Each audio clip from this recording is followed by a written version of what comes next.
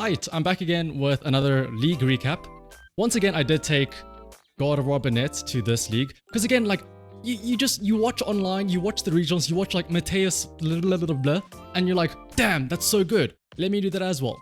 So long story short, I went 1 win, 1 loss, and 2 ties.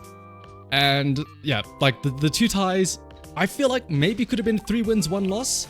And that's why I'm gonna like talk about my not only my issues, but like my findings with the deck after today.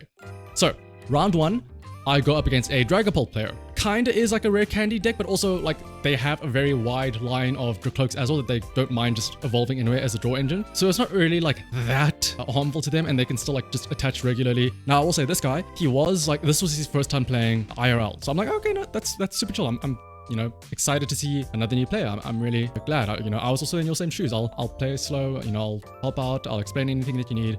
So yeah, cool. Unfortunately, game 1, at some point he plays like a nest ball, and I don't know how it happened, but like he shuffled his hand into his deck. Because like he's busy shuffling, you know, he just got an item or whatever, and then he puts it down to like cut, and then he goes, wait, where'd I put my hand? And then we're like, oh, what happens now? So we called the judge over, and it's like, unfortunately, you can't really trust the guy to say, oh, these are the cards in my hand. Also, I wouldn't even know. And so unfortunately, he had to like take the game loss essentially. I didn't want to win it like that. Also, Spiritomb has never done anything for me in previous weeks. It put work in today. In that one game that he lost, I opened Spiritomb, he had Rotom V. We go game 2, he goes first. I open Spiritomb, he opens Rotom V. So again, cancelling out the instant charge. Unfortunately though, because I opened Spiritomb, it took me a while to actually get the Banette out. I didn't even get a Banette out, I got to shop it out. And then I failed the Everlasting or Enveloping Shadow. I failed it like 3 times in a row, or twice in a row, I think. So I did not get the item locked down at all, which meant that he could set up, and eventually he could go for a Dragapult. And then he bossed up my Curlier, and then he just Phantom Dive, knocked out my active Curlier, and I benched Curlier. And I was like, okay, that's fine. I run 3 Raltses and 4 Curliers. So I go to like try and put another one down, and I see, oh, my Ralts is prized. I have no draw engine now. I've got like a Shuppet, a Mew, and a Spiritomb. So I just said, okay, I'm going to concede and go to game 3. So on the topic of my Ralts being prized, that is going to be a very common theme throughout this tournament. Anyway, game 3 goes, I elect to go first. Again, I have Spiritomb on the bench in my opening hand.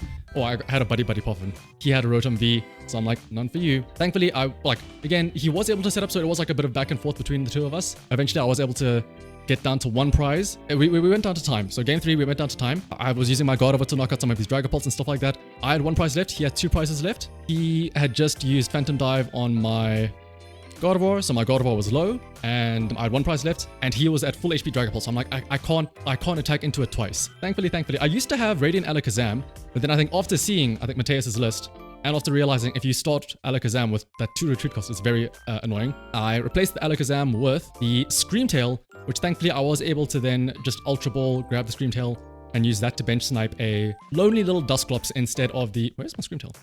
Bench snipe the Dusclops instead of trying to, you know, punch through the active Dragapult. Starts off nicely with a 1 win, or round 2. I go up against the guy I played against 2 weeks ago, who was playing Hisuian Zoroark. So if you don't know, that's the one where Hisuian Zoroark V Max, or V Star, sorry, for every Pokemon that he has that has any damage on it, the attack does 50 damage. So if you essentially have all 6 Pokemon with damage counters, you're doing 300 damage. He had a maximum belt as well to do 350, and then double turbo, it was hitting for 330. Literally able to KO anything and everything in my deck. And unfortunately, game 1, he was able to actually set up very nicely. Again, decks like this don't need rare candies. I mean, I guess Damage Pump could be how he can, like, it is an item that he uses to spread the damage around, but he had Gape Jaw Mog, and he had like the Dogrios that put damage on themselves anyway, so he was very easily able to get like that setup where I was like, okay, that Hisuian Zoroark is a danger. So what I tried to do was I said, okay, I see he has a Blood Moon Ursaluna. Let me boss that up, have Banette in the active with the Gravity Gemstone, and then let me just slowly ping with Monkey Dory damage onto the Hisuian Zoroark until I can just, you know, Miracle Force it down, because it has like 280 HP or something like that. Unfortunately, his deck played like 2 or 3 Jet Energy, so every time, he was like, let me Jet Energy my Hisuian Zoroark back in, and then go for knockouts. It came down to like, at the end of game 1, I had like 1 prize card left, he had 2 prize cards left, and well, it was something like that, and I had a boss in hand, and I just KO'd something, and I'm like, next turn, I can KO something. And I like my Gardevoir, I KO'd his one Zoroark that had the maximum belt. If it doesn't have maximum belt, it can't KO my Gardevoir. So I'm like, okay, the main one hitter is down. He can put up his other Hisuian Zoroark. It will not do 310 damage because it would do 300 from, 6 times 50, minus 20 from double turbo. So I'm like, okay, I'm safe. Next turn, I can just boss in something and then go for the KO. And then he had a boss himself. And then he just pulled up my Mew. I'm like, boss. Boss is a very balanced and fair card. And this entire round was determined by bosses. So game 2, very similar stuff. I now know not to try and trap stuff in the active. I still did it anyway just because I'm like, okay, well now you have to hope that you get the jet energy and like draw into that and use it. But he did get it, of course. And then again, same thing. We got down to the wire. He did not have his maximum belt attacker anymore. I had a Gardevoir. It had 20 damage on it from like Psychic Embrace earlier, which meant, he didn't have his maximum belt on. So he could do 280 damage and leave this at 10 HP left. And I was watching him on like we were at time as well. So he was on one of his turns and he plays a judge. And I'm like, okay, I'm safe. He played a judge for turn. So, we shuffle our cards in. And then he tries to say, oh, I'm going to boss up your Mew or your Banette. The moment he played down a boss, instantly, I'm like, no, you can't do that. You played a judge. You already played a supporter for turn. That was a close one. He's like, okay, I'll just use his Hisuian Zoroark, which did 280 and left Gardevoir with 10 HP left. And then thankfully I had the one Banette where I can grab boss from my graveyard, and then I just, or my discard pile, and I was just like, okay, let me get boss, and then I'll just, boss something else up and then Miracle Force that. So it was a tie. 1 loss at first and then 1 win. Round 3, I went up against Lost Box. Here's the thing, I didn't know I was up against Lost Box. So I won the coin toss and I said, I will go first. And then my opening was, where is it? I apologize, I'm flashing you with like these bright lights. It was like a Shuppet and a Monkey Dory. And that was it. That was my opening hand. All I did was attach an energy to Shuppet and I passed. And then he went second, and then obviously he had his Comphase, he had his Cramorant. Turn 1, instantly, Innocent Spit, knocks out my Shuppet. I'm like, okay, I put up the, pretend this is Monkey Dory. I put up Monkey Dory, it's my only active. I know I don't have anything else. I draw, my top deck is a Banette. I'm like, I just instantly concede. I'm like, yeah, well, you're just gonna donk me again. So I was like, okay, cool. Even knowing that he was playing Lost Box, I still decided to go first again because I'm like, maybe I can get a better hand, like I can bench more stuff down and also get the item lock down. And I did. I had a nice start. I had 2 Shuppets, 2 Rolsers and stuff like that. And I did get the item locked down. I did. He was having trouble attacking. He did have a lot of cards in the Lost Zone, but I was like, I'm not letting you attack. I had Gravity Gemstone as well. So like I had his Comfey trapped in the active, and I had a Monkey Dory down. And the whole plan was, so this is my issue. This is where I started to realize the issue with this deck. 1, it's slow, only doing 30 damage at a time, with Banette, unless you have your Monkey Dories. But then that's such a heavy requirement to have Banette, 2 Monkey Dories, or like, a Monkey Dory with Luminous Energy. And if you want to do like 90 damage, like consistently per turn, you have to have Gardevoir, you have to have the 2 Monkey Dories with the Luminous Energy. That's already like 7 cards that you need. You need to have 2 Banettes so that you can like switch between them to constantly like to have something to Psychic Embrace onto to cycle through those energies. And one of my Monkey Dories was prized. So I had 1 Monkey Dory down and I had the Banette and the Gardevoir. So, but he also had a Monkey Dory. So it was actually just us pinging 30 damage back and forth. And I know I was still like net positive because I could put 30 with Everlasting Darkness as well. But I looked at the time and I'm like, I need to win to at least get a tie or something. So I need to win. I need to start playing faster. I need to start just getting KO. So I released the item lock. I knock it out and then I just poltergeist something else, I think. Little did I know, I don't keep up to date with Lost Box. He had a Roaring Moon. So he brings out Roaring Moon. I'm like, oh no, that hits me for weakness. He puts up my Gardevoir, uses Roaring Moon, takes that out. He doesn't even like have to use Frenzied Gouging because it has, he just discarded the Stadium to do the damage. I'm like, so then I put the Banette back up and I'm like I have to race him now. So I counter catch a Pheasantipedian and then I just poltergeisted and like I prayed. And thankfully, out of 5 cards, he had 4 trainers and that was enough to get the KO on Pheasantipedian. I'm like, okay, cool. I go down to like, I think it was 1 card or 1 prize left. He puts something up and then he KOs my Banette.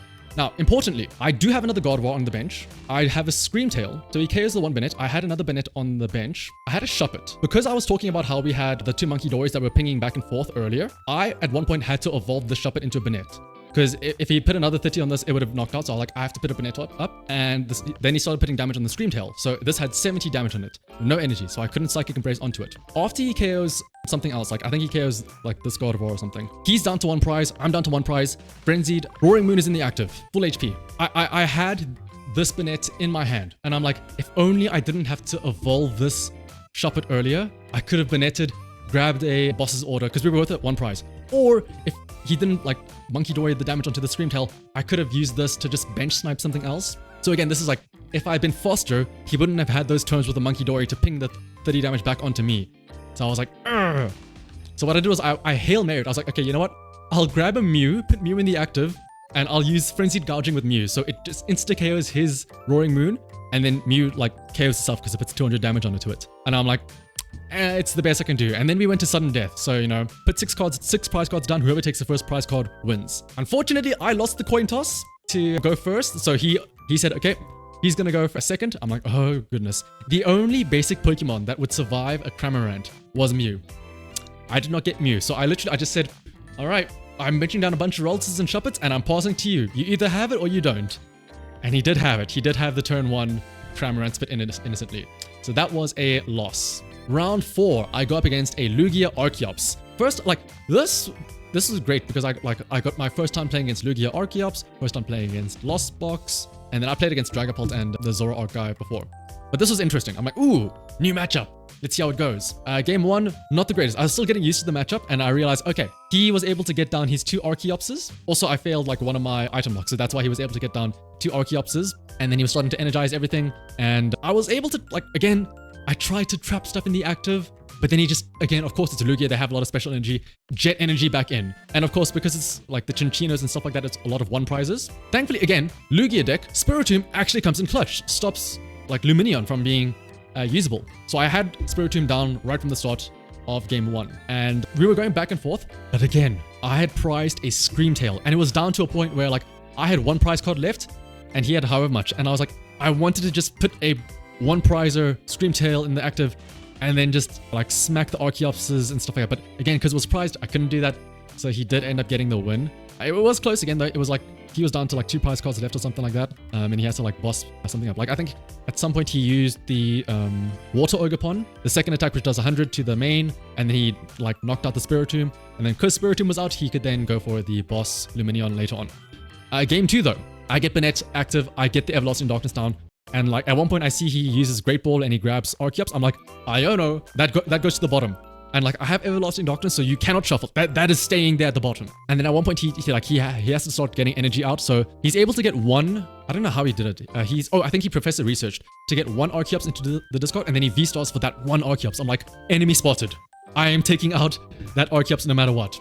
And I'm like, okay, I know he's busy charging up the Chinchino, but I was very like careful to not KO the Chinchino because it had legacy energy. So I was like playing around. I was like, okay, let me, I'll put just enough damage so that I can get a KO with Monkey Dory later on. And at one point I'm like, okay, I can boss in the Archeops. I'll put my Gardevoir up in front and then I'll just Miracle Force that. Yes, I'm releasing the item lock, but I don't think you have a way to get the Archeops down because I mean, you use your V-Star. Archeops does go down, but the Chinchino does still have, like the Chinchino is just still there.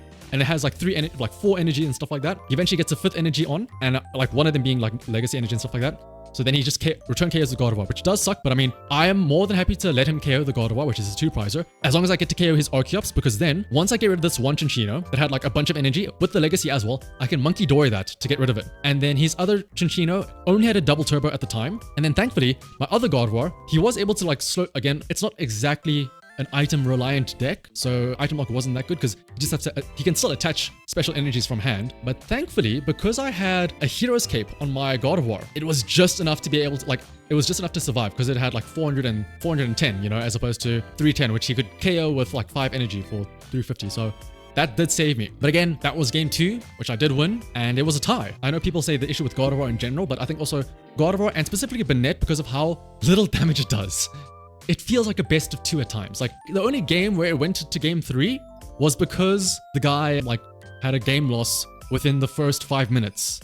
Everything else was 2 games and it went to time every single time. So that's why I would like to think it's not me playing slow, because like I know what I'm trying to do. I know, I understand for the other people. I'm not like criticizing them for playing slow, but like, and you would think, when you can't use items, you don't have much choice, so you don't really have to like spend that much time thinking. But then again, you do have to think, how do I get out of this? Which, one, this is a very like slow and difficult deck to play yourself because of how long it takes to get up and running and to set up. And 2, it makes your opponent, like it makes you and your opponent think a lot more per turn of your, you know, how do I keep the item lock? How do I get damage down? Versus how do I get out of this item lock? How do I get KOs and stuff like that? So that is my issue with this deck. That's why tomorrow there's a league challenge and next week there's another league cup. Either I will go Turbo Gardevoir, the Henry Chow list, or tomorrow at the league challenge I'll try out Banette and Dusk Noir. The only issue with Banette Dusk Noir is it feels too turbo, especially, you know, there's no draw engine as well. And also, again, from what I've seen today, item lock, depending on the matchup, it's not that good. At least with Banette Dusk Noir, you can item lock and still be very aggressive on like throwing out your bombs and stuff like that. But that was it for the event. How about prize packs? Yeah, right. There's the code card. Energy is a fire, and let's see. Speaking of Professor Sada's Vitality and Raging Bolt, there is a Professor Sada, a Reversal Energy, Miraidon, Moonlit Hill, and a TM Devo. Ooh, hello. Time for the Surging Sparks pack. I know last time I did say I was thinking of getting the ETB, but then I was like, then I thought about it and I realized, like, let's be realistic. Like, out of the ETB, odds are I'm gonna get like people say, oh, 2 or 3 hits, but like the 2 or 3 hits are probably gonna be like random nonsense that I don't want, like another Flamigo EX, which, like, is it really a hit? It's basically a lot of like nothing. All right, Dark Energy, Blitzel, Shroodle, a Kecleon, I love that art, a Trapinch, ooh, Flygon maybe, Goldengo, a Dusk Ball, oh, I love that art in the Ho-Oh, Maushold as the first reverse holo. Second reverse holo is a Passimian, and it is a Gastrodon. It's alright, I suppose. Tomorrow I'll try out the Dusk Noir Banette, see how that goes, and then I'll decide next week for the next League Cup if I want to try Turbo Gardevoir or Dusk Noir Banette. I don't think I'm going to stick with Gardevoir Banette. It feels too slow. It feels too slow. I want to be able to play the full 3 games out. But right, until next time though, thanks for watching. Bye-bye.